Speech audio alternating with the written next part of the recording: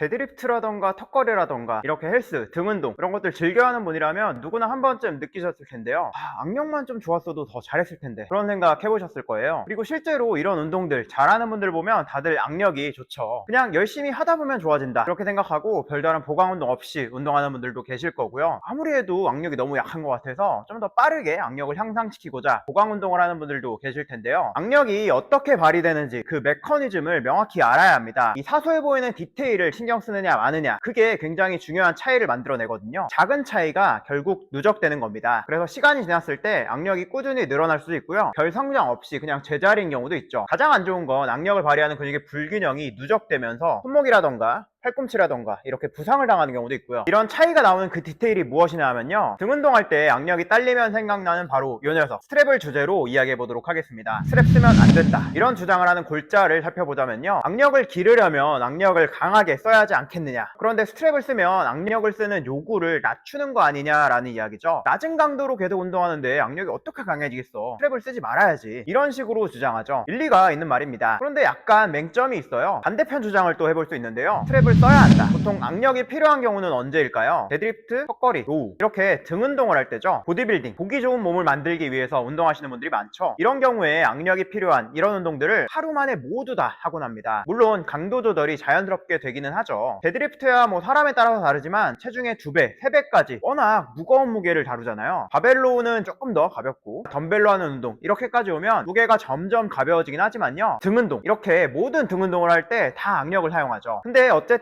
등은 굉장히 다양한 부분이 있어서 나눠서 등 운동이 된다고 볼 수가 있는데, 그에 비해서 악력은 등 운동 어떤 종류를 하더라도 계속 힘을 써야 되는 강도만 차이가 날 뿐이고 계속 똑같은 부위를 쓴단 말이죠. 그러면 어지간히 악력이 강한 사람이 아니고서는 엄청나게 과부하가 걸릴 수밖에 없습니다. 자칫하면 손목이나 팔꿈치 쪽에 부상을 당하기도 쉬울 정도로 말이죠. 또 중요한 이유가 있습니다. 보디빌딩, 보여지는 근육을 만드는 데 초점을 두는 분이라면요, 등 운동할 때 뭐가 중요하겠어요? 당연히 등 근육이 자극을 잘 먹고 있는지, 그게 그 무엇보다 중요하겠죠. 그런데 그 자극이 쓸데없이 팔뚝으로 분산된다면 그것도 썩 좋은 방향성은 아닌 겁니다. 그럼 결국 스트랩을 써야 한다는 방향성으로 이야기가 흘러가는데요, 어떤 식으로 사용하는 게 좋을까요? 스트랩의 올바른 사용법, 핵심 포인트는 바로 중수지절 관절 여기입니다. 이곳이 제대로 파지되어 있는가를 잘 체크해 보셔야 해요. 두 가지를 한번 비교해 볼까요? 차이가 보이시죠? 여기가 구부러져 있느냐 그리고 펴져 있느냐, 이걸 잘 보셔야 한다는 겁니다. 흔히 손이 풀린다고 이야기하는 상황이죠. 빈틈없이 견고하게 손을 잘 쥐고 있다가 쥐고 있는 손이 풀리고 있다면 그때부터는 스트랩을 써야 한다는 이야기예요. 손가락을 구부리는 동작, 이게 굉장히 단순해 보이잖아요. 그런데 그 메커니즘은 그렇게 단순하지만은 않습니다. 모든 걸 다 말씀드리긴 어렵고 단순하게 딱 요거 두 개만 기억해 보세요. 외제근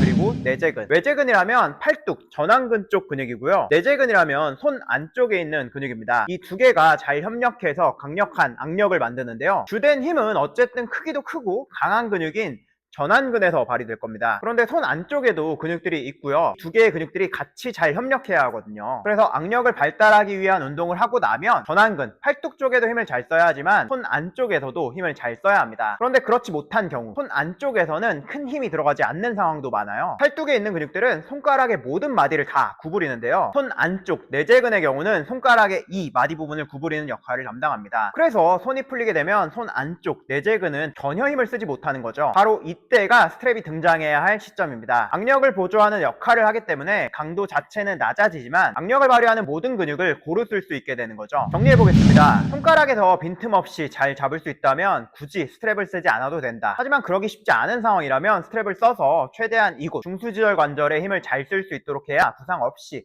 악력을 고루 잘 발달시킬 수 있다, 이렇게 요약해 볼 수 있겠습니다. 특히 요새는 악력이 필요한 스포츠 즐기는 분들도 굉장히 많죠. 클라이밍이 대표적인 운동이고요, 테니스라던가 배드민턴이라던가 골프 뭐 이렇게 다양한 라켓 스포츠들도 있습니다. 그런 상황에서 발휘해야 하는 악력은 또 다른 방향으로 생각해 볼 것들이 있는데요, 이건 다음 영상에서 좀 더 자세히 다뤄보도록 하겠습니다. 이외에도 운동에 대한 디테일을 통해서 부상, 통증 없이 건강하게 더 강력하고 빠른 퍼포먼스를 발휘하길 원하는 분들이라면요, 영상 좋아요 눌러주시고 구독해 주셔서 유용한 정보 받아가 보시기 바랍니다. 혼자서 쉽게 해결되지 않은 문제가 있다면요, 도와드리도록 하겠습니다. 고정 댓글 내용 참고해주세요. 그럼 영상 끝까지 봐주셔서 감사합니다.